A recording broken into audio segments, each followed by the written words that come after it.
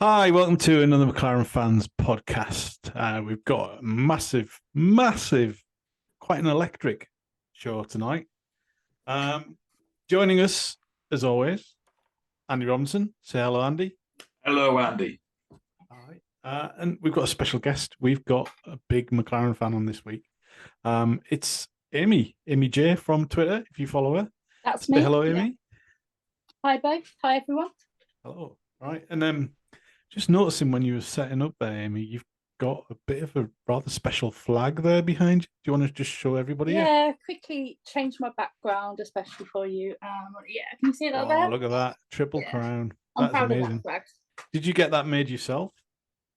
Unfortunately not, no. I picked it up from Indy, so yeah, when I went to the 500, they had a bit of like unique stuff, so I thought, right, I'm going to get that.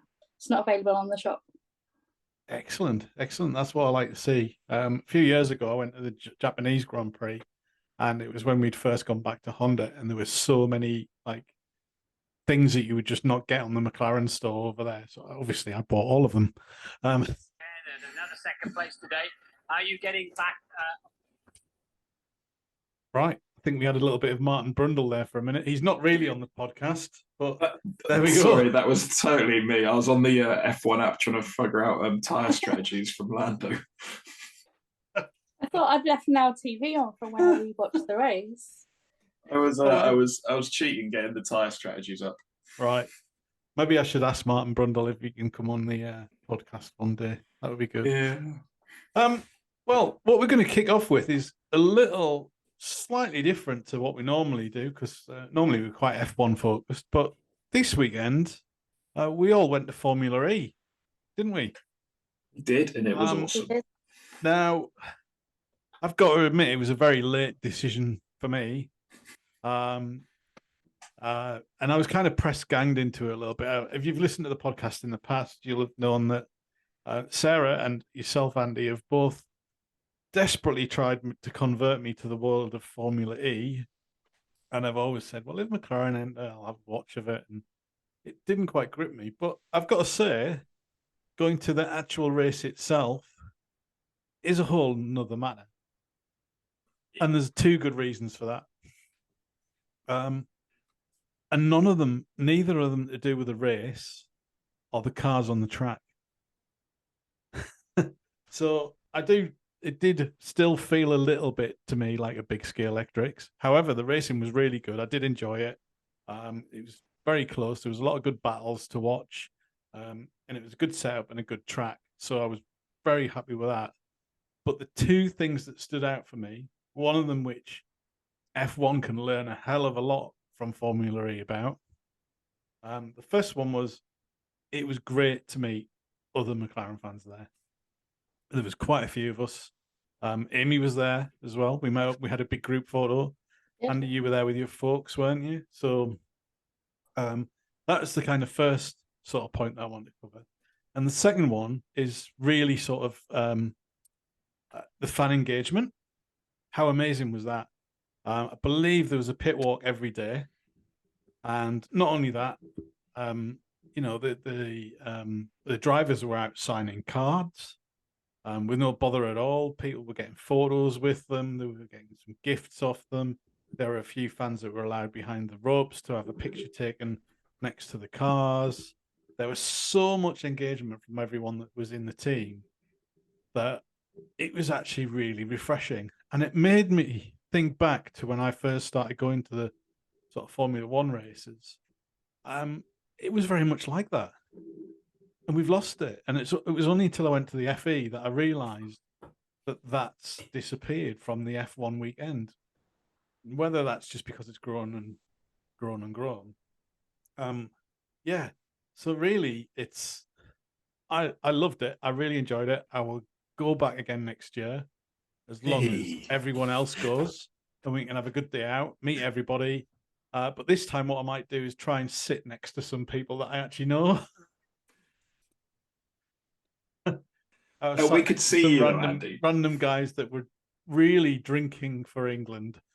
So we from where we were sat, we could see where Andy was sat. and he was the only person wearing papaya in amongst like 20 people around him. So you could just see Andy, the papaya man, and then everyone else in like black clothing. It was funny. If you can remember that Tango advert from years ago with that papaya guy comes out and slaps the other guy, that's what I looked like, just sat in there in the stands.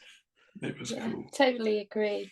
You were, I think he was about 20 seats down from us, so we could easily spot him. I think you were taking like papaya. stalkerish photos of me as well. I did take a stalker photo saying I spotted the papaya. Nice.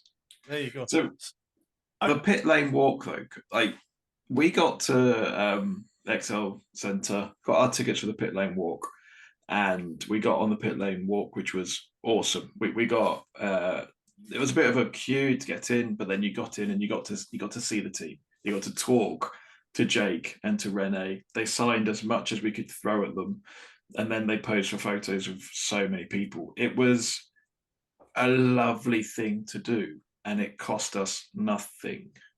Silverstone would have charged us £100 for that experience, and that was the lovely thing about Formula E. Once you get into the centre, everything's already in your ticket unless you want to buy food or merch. But all the games and all the things that they put on in the other side of the building was all involved in your ticket price, so you didn't have to worry. I loved it, absolutely loved it. Had a time of my life. My parents, who aren't massive Formula E fans but are Formula One fans, they loved it being indoors. My dad hadn't got any concept of it, indoor racing and how it would affect the cars and the way you saw the cars.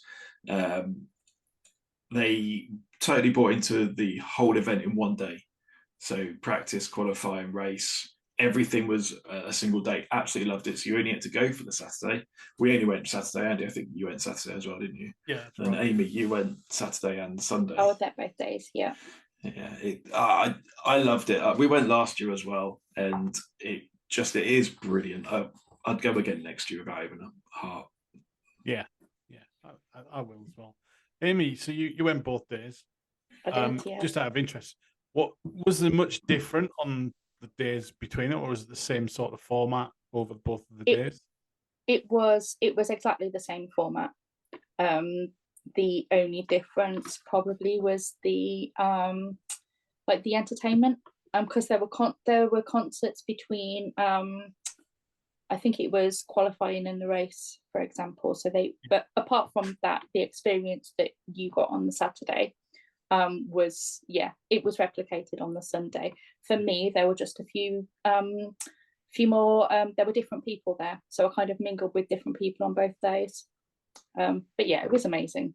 I've booked my hotel for next year already. Oh, excellent.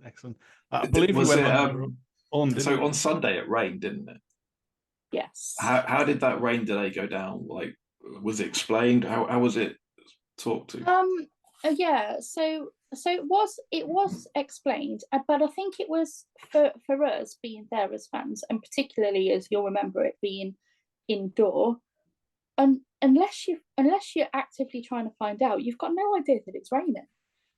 So we were so busy chatting to people, catching up. We've done the pit walk. I had no idea that it was chucking it down outside until they said the start's going to be delayed and it's going to be a safety car start. But that might have been a little bit me not following it as well. But once that was communicated, everyone accepted it really.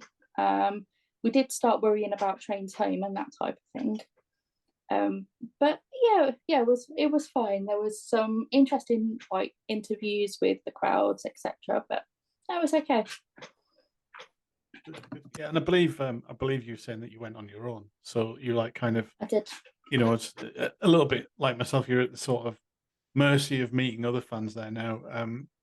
One thing I would say is, I knew there was going to be quite a few of us Papaya fans there because we talked about it for a few weeks beforehand, and let's have a bit of a meet-up. Then we had a massive meet-up in one of the halls on Saturday.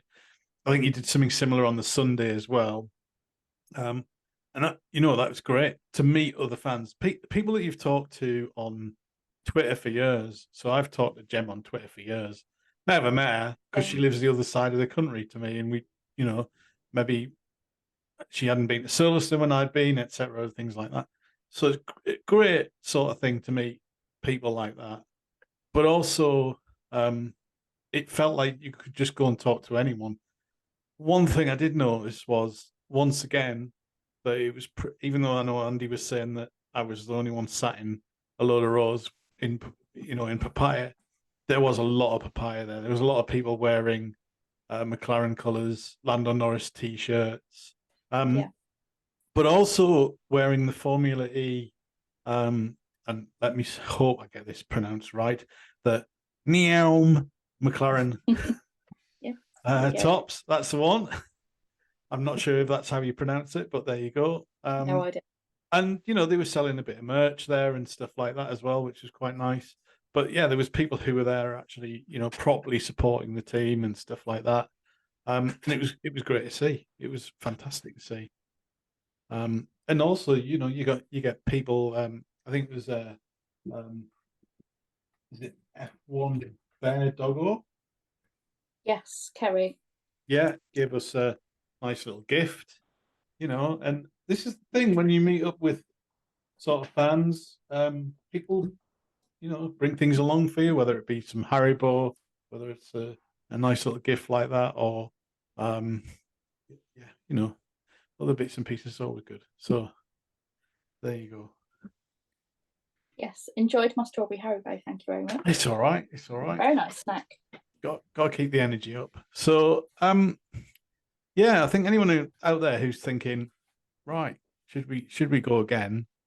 Or should we go for the first time? I would say yes. But I would say plan it better than I did.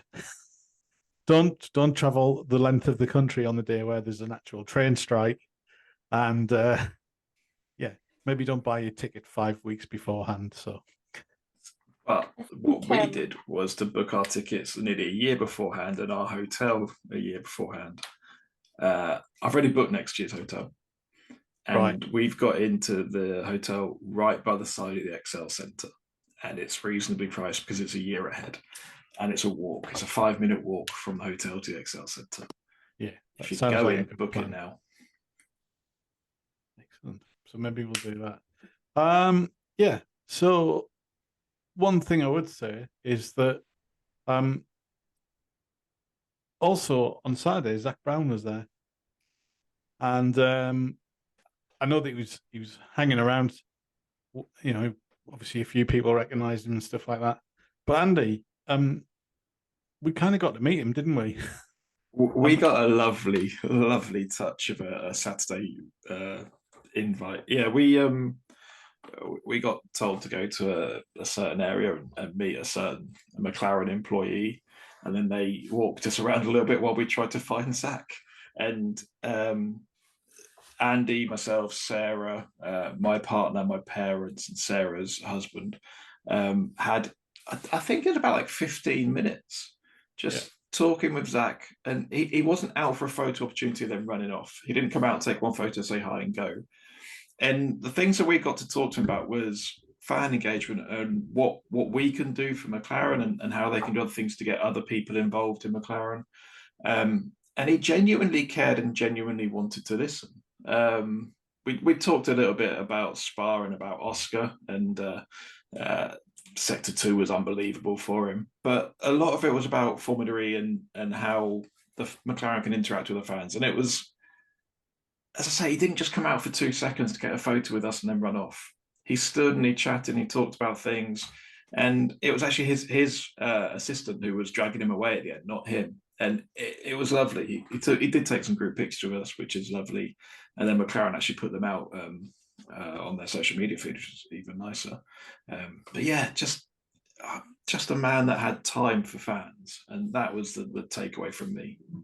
Yeah. And that was it. I mean, the guy's incredibly busy. A busy weekend. There's not only just the Formula E going on. There's also the F1 in Spa at the weekend. I will say one thing, which if you're going to shoot your shot. And I did go and ask Zak's assistant whether we could get Zak on the podcast. I'd like to say that she didn't say no, but it was neither a yes either. It was a let's see. So, Mr. Zak Brown, this is your official invite onto the McLaren Fans podcast. And if you do come on, we can talk about historic McLaren cars that you own. I think that would be a good topic to talk about. So there you go. So you don't have to give away too many details. One thing that we did mention there, that being a big fan of the kit, that you were saying that he's already signed off on all of next year's kit and some other things that I can't really say already that surprised me, because I would thought, wow, there's no way. There's a hell of a lot of time for that. So yeah, so I did ask him if it was still papaya. Yeah, and I think it's still going to be papaya next year, isn't it? Yeah. So there you go. So that's a relief. yeah. But like we say, one of the things that we mentioned to him, and when we were down at MTC not so long ago, was how can we get more, fans involved and more fans to get some opportunities. A bit like yourself, Amy. I mean, I bet you'd love to go. Well, I bet you'd love to meet Zak. I bet you'd love to go to the MTC and stuff like that. And it should be that, these things can happen. I've said this before on the podcast, that if you're out there and you've got any ideas and you want us to try and pass them on to the team, we're more than welcome to do that. And that's it. We want to kind of help other fans get some of these opportunities as well. So hopefully we can do that. Hope we can move things forward. It's a bit of a slow moving boulder at the minute, but at least it's starting to move and in the right direction. So there you go. So just to kind of bring it back to the weekend, I guess, Amy, there's a bit of a conundrum gone on, because it's not like Formula E was an alternate weekend to F1. And I think given that we're now pretty much racing 25 weekends a year in F1, there's going to be a lot of clashes like that. So how do you decide? How, as a fan, do you think, right, I'm going to go to the Formula E? And do you make plans to kind of meet up with other fans to watch the F1 in between or anything like that? Yeah. Did you actually have any of the F1 on the big screens or anything like that? That might have. No, I assume there'd be licensing stuff, restrictions and stuff going on. But I rocked up with my iPad and I had every intention of finding a spot with a couple of other fans and watching the race. However, I'm not complaining about this, but I did manage to get pit walk wristbands, and that was at the same time as the F1. And you're not really going to turn a pit walk down, so you can watch an F1 race that actually you can watch when you get home. Yeah. So it was the first race that I didn't watch live, or haven't watched live for a number of years actually, which maybe sounds really sad. But I remember we were watching on our phones as we were queuing up for the pit walk, and you went on the pit walk, so there was a bit where you go over the bridge, wasn't there? Yes. Yep. That bit when we were walking over the bridge was exactly when lights out happened. So I was like, I can't even watch like the most important 10 seconds of the race, because I really need to watch where I'm putting my feet. But I'm not complaining about that. I had an amazing weekend, and I could have just gone on the Saturday, but I thought I'm traveling down to London, and I do want to meet up with people, so what the hell, I'll do both days. Excellent. Yeah. So we had the same on the Saturday for the sprint race. Yes. And I took my laptop with me thinking I might find somewhere to sit and watch on a big screen. And in the end, we were sat in the grandstand, 4 of us huddled around my phone watching the sprint qualifying. And then the sprint race didn't end until after the Formula One had actually started. Formula E had started. And so I think it was the last 5 laps, we're watching on a phone, the Formula One, and watching the Formula E in front of us. And I was like, I'm so glad it wasn't the full race. Yeah, you weren't the only one, I promise you that. Yeah. My iPad was resting on my bag that was in front of my feet. That's how we watched it. Yeah. I like this organisation, multitasking, making sure that you're watching the Formula One and the Formula E at the same time. Just as well, there was no IndyCar on. That would have been a game changer, that. One thing we will do at some point, Amy, is we will have you back on to talk about the Indy 500 that you went to earlier this year. because that was an absolute. I remember seeing your tweets and everything with photographs. It looked amazing. But I think that could, maybe when we've got, I think they do another big race, Indy race later on the year, and maybe we'll grab you back for that one. We can have a.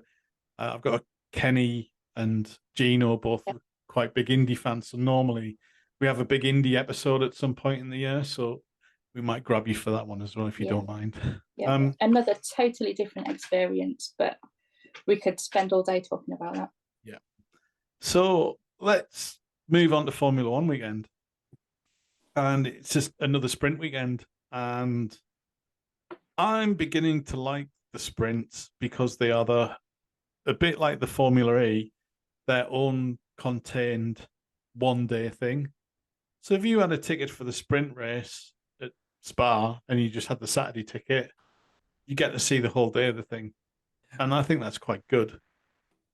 I'm still not convinced we've quite got the format right. One of the things that I would definitely say that Formula E's got, I love the qualifying format. Yeah. Basically, you've got 2 groups of 10 shoot it out. The top 4 from each go through to a quarterfinal system, and then they have a 1-lap shootout against each other all the way through until it comes down to 2 drivers who gets the pole from there. And honestly, the excitement level is massive because 1 lap, 1 mistake. I've said this to you, Andy, before, haven't I? I love jeopardy, and it adds so much jeopardy to it.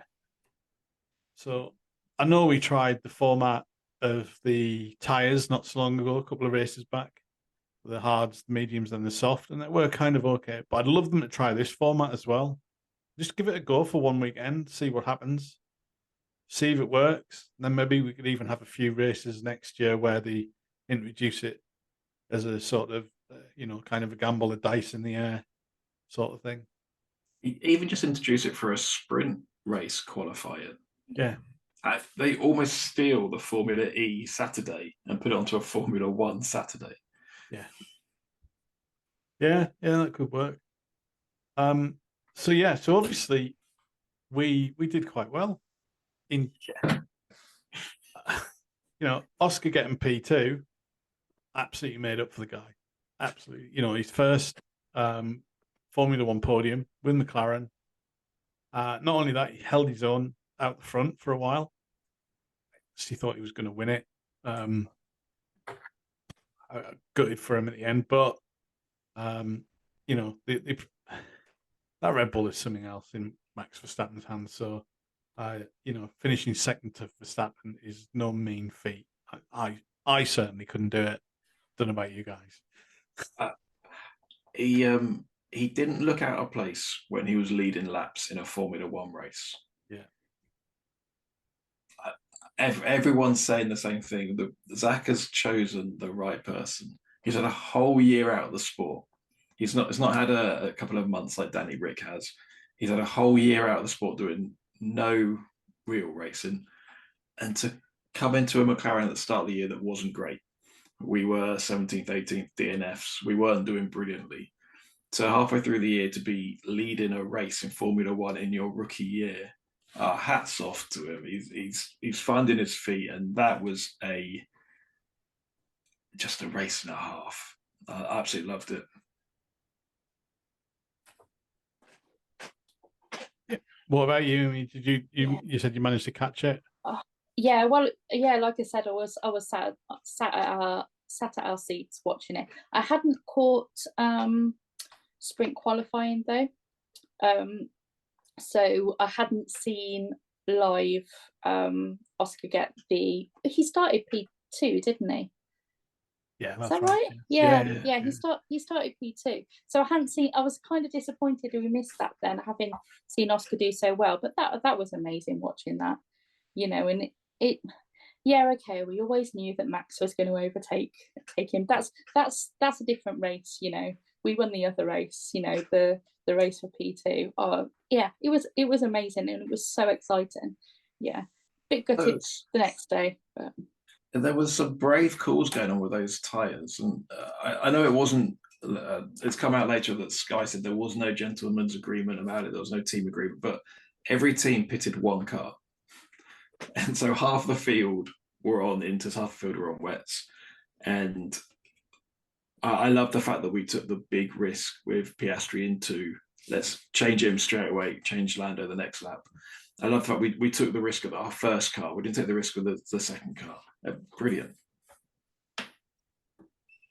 Yeah, it worked quite well for us. I'm very happy. A nice haul of points.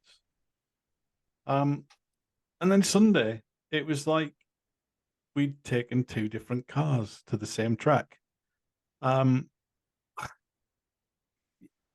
Let's cover the start. So Oscar and Sainz, and just kind of delve into that a little bit. For me, first lap, first corner, I think he had every right to be there. I think Sainz had every right to be there. Just think there wasn't enough room, and it's a bit of a racing incident. And yeah, it took Oscar out of the race, and eventually it took Carlos out of the race as well. And I think that's just, for me, maybe just a little bit of experience, a little bit of kind of, race kind of nous in the future. It's a learning point for Oscar, I think. I don't think he's done anything bad. It's not like he's steamed in down the side like Grosjean did one year at Spa there and took 3 or 4 cars out. He's put his car where there was a massive gap.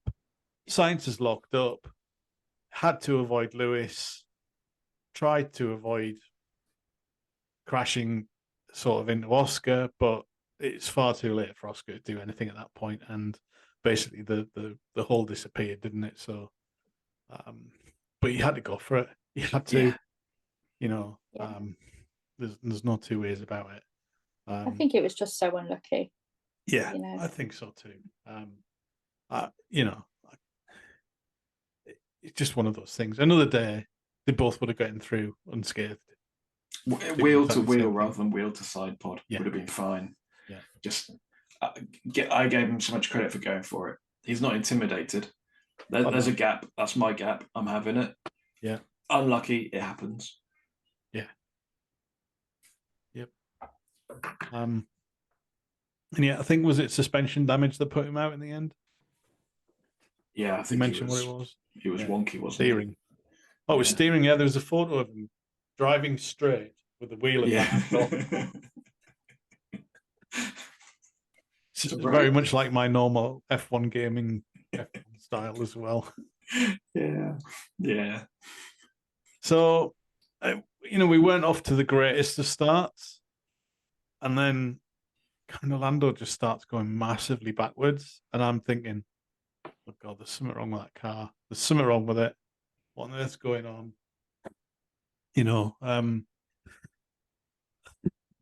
I thought he must have had damage. He must have had something. But yeah, I mean, at that point when you're watching it, what are you guys thinking? Well, we were stood there in the queue, waiting to look into the McLaren garage, and we're looking, what's happening? And there were so many fans there with the F1 on their phones in that queue. It was unbelievable, and he was going further back. I thought there was something wrong. Yeah, I don't know about what you thought. I thought we were still on we had the wet setup the day before, and it did really well for us. And the only rationale in my head was we were on so much downforce that we couldn't go fast in a straight line. But then we were getting taken before the straights. It was getting overtaken on the exit of corners and the into corners. And it's like, then there was rumours that we had something wrong with the steering, which I totally bought. I was like, okay, that makes sense. That's why we're going so slow. Lando quashed them afterwards and said that wasn't true. And we did not sit well on that tyre. The medium tyre, he did 5 laps on before kicking it into the garbage. Yeah, when you've done 5 laps on that and you go onto the hard, that it's just not worked. The setup for the car has just not worked for that kind of race. And then actually, we went on the hard tyre. Nothing really improved too much then. I think we were sitting in P16 when they swapped over to the softs. I think, was it lap 19 that he swapped onto those? I think it was. Yeah. Yeah, 19, 20. Yeah. And it's, there's 44 laps and they're quite long laps as well. It's the longest circuit on the calendar. And I watched a little video clip from Sam Collins, who's basically saying this was an absolute masterstroke from McLaren. So before everybody else who was waiting to see whether the rain arrived, Lando's on fresh softs, gone 3 seconds a lap faster than everybody else in the Grand Prix, 3 or 4 laps. And then everyone else pitted, and he basically he made it into like a super undercut. Yeah. He basically undercut 10 cars to get like P6. And you're just like, what on earth has happened here? How have we ended up there? And if I'm going to be honest, I'm sat there thinking, oh, we might just end up going backwards at this point. And then sort of kicked in that sort of, well, let's just believe in the team. Let's see what they're doing. I think, oh, he's got to pit again. He's got to pit again. There's no way that he can get to the end on those. And this is why I'm not a strategist. So, yeah. And, well done for the team for pulling off an absolutely masterstroke of strategy and getting us a really decent haul of points when it looked like at one point there was 0 offered on the table for that. I mean, 27 laps on a set of softs and 27 of some of the longest laps in Formula One, not a Monaco lap.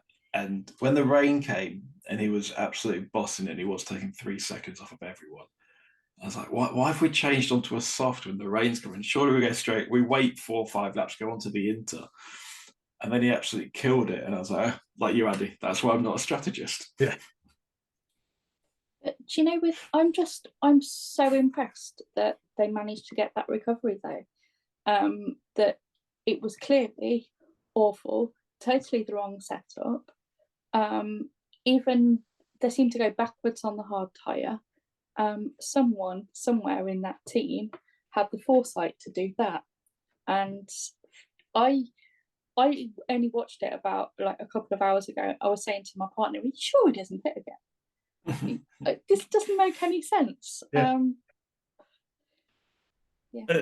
And sometimes that's it, isn't it? If you remember a couple of, was it last year, was Jos Capito at Williams was the team principal. I remember the interviewing him and they were always asking, why did you do, I think it was like when Alex Albon didn't pit until the last lap.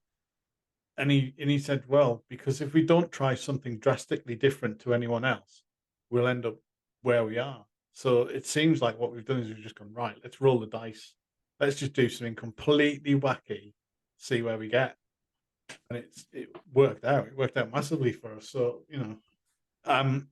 going into the summer break, I think we need a new wing for Monza because we can't take that one there. Certainly. No.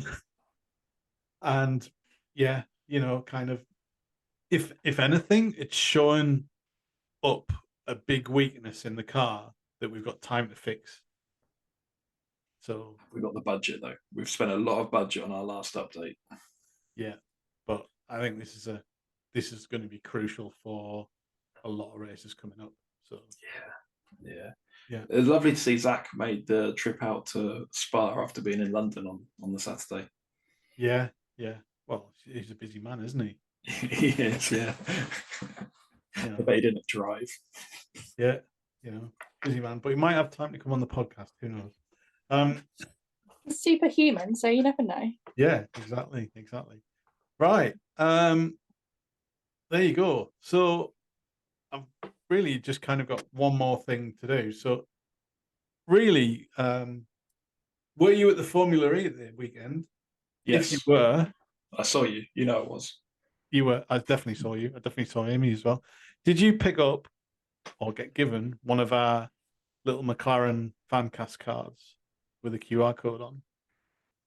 If you did, and you tweet us a picture of it, then what we might be lucky. We're going to send you a set of Formula E signed, not printed, driver's card from Jake Hughes and Rennie Rast. Now, we might actually stick some Haribo in there as well. Who knows? But yeah, that'd be great. And all we're asking you to do is just tweet us a picture of your card. Tell us that you were at Formula E. Tell us what you loved about it as well. And we'll pick a winner by the end of this week and we'll get them out to you. There you go. Just a little giveaway there. Why not? Well, Andy, have you got something to add? No, just on the very same thing. We met some fans of the podcast during the weekend, which was very, very cool to do, to meet people who actually listened in and hear us rambling on about McLaren and nothing else, because we're McLaren nerds. So just a massive shout out to everyone we did meet. Thank you for coming up and saying hi. Thank you for introducing yourself. And sorry that I'm such an introvert and can't talk to people in real life. Andy Donnelly can, because he's a fully grown adult, but I on the other hand am a little kid who can't talk in real life. It was great to meet some of the fans, and yes, especially to a few of them that came up to us. We just had our lunch and they came up and they went, "Oh my God, you do the podcast," and I love listening to it. And honestly, when we started this off, we thought nobody would listen. So for somebody to come up to and say they really enjoy it and they really enjoy listening to it, absolutely means the world to us. And it actually kind of filled our hearts with a lot of warmth. So thank you very much. Very I'm kind. one of those people, though. I already felt like I knew you when I met you. And unfortunately, you didn't know me. But that's what this is like, you know. It is, but it's great because it already gives you a connection to talk to somebody about. There was a few people who came up to me at the weekend. They were like, "Hello, Andy, how are you doing?" I'm trying to go, right, do I know you off Twitter? Is it the podcast? And trying to just figure it out. But most of the people we've kind of, met, or if you say, "Oh, I do this," and then they introduce themselves, normally know them by the Twitter handle or something like that. Yeah. So, and one other thing to say is that all of us at one point have gone to a Formula One event, a McLaren event, an event by ourselves because we love the team, and our partner or our friends don't want to come. As we've all done it, we've all gone by ourselves. And if this is the way of introducing more people to Formula One and McLaren, even better. Come and say hi. It's a lovely, lovely weekend. It really was. Yeah. So let's wrap it up there. Amy, thank you very much for joining us. Hope you enjoyed it. Thank you for inviting me. It's all right. And Andy, thank you again. And we're all off on a bit of a summer break. Just one last thing to say. Obviously, you noticed that Sarah hasn't been able to join us tonight. She's her cat has had an operation today, and we just want to say we hope Pussy gets well soon. So there you go. This is so cool. Right, summer break. We'll be back after Monza, where hopefully we're absolutely, going to do another McLaren 1-2, and we can celebrate. And if we win there, you never know, we might have another giveaway. Let's see what happens. So, once again, thanks for joining us, and we'll speak to you all, or you can watch us all soon.